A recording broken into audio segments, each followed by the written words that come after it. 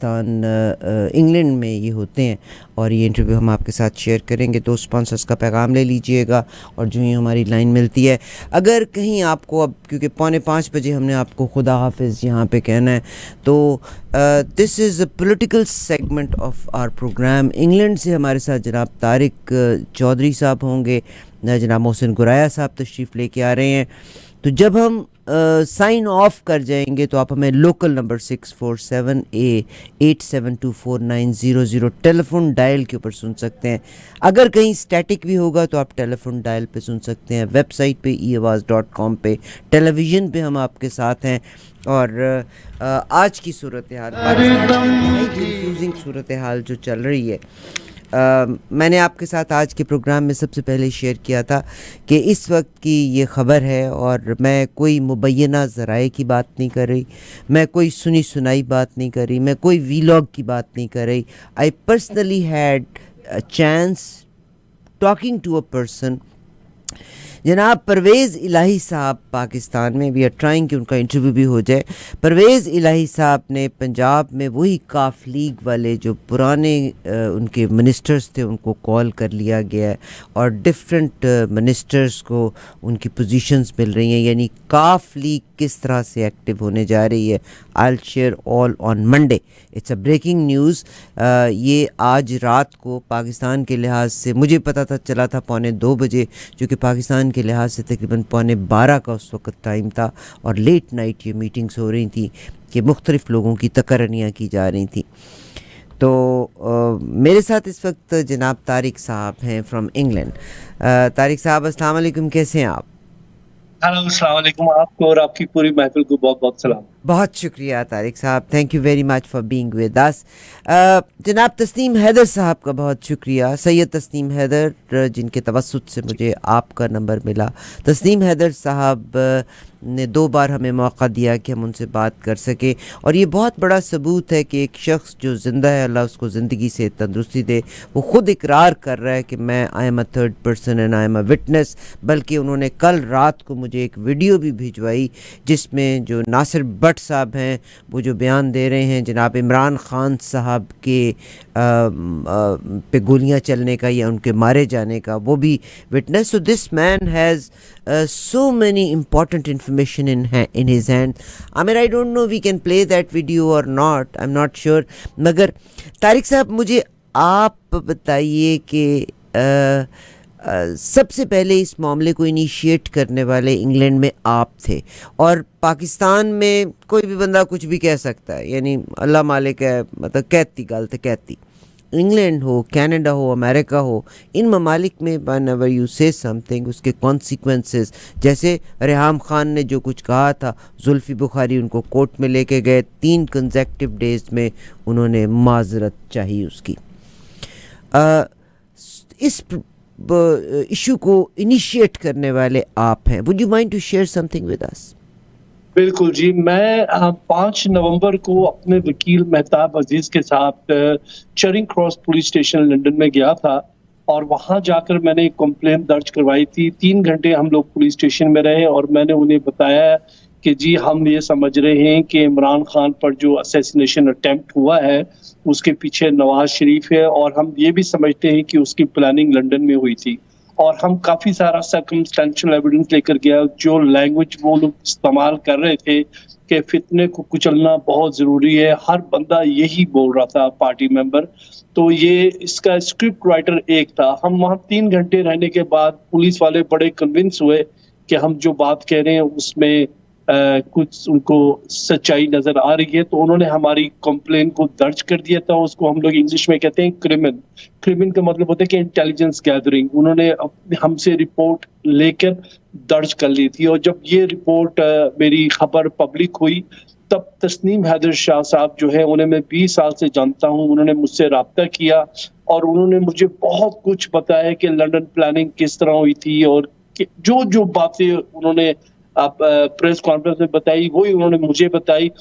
تو میں نے ان سے ریکویسٹ کی تھی کہ آپ پاکستان کے خاطر, عمران خان کے خاطر اور سچائی کے خاطر آپ پلیز میرے وکیل کے پاس آئیں اور وہاں سیکشن 9 کی ایک سٹیٹمنٹ ریکارڈ کروائے.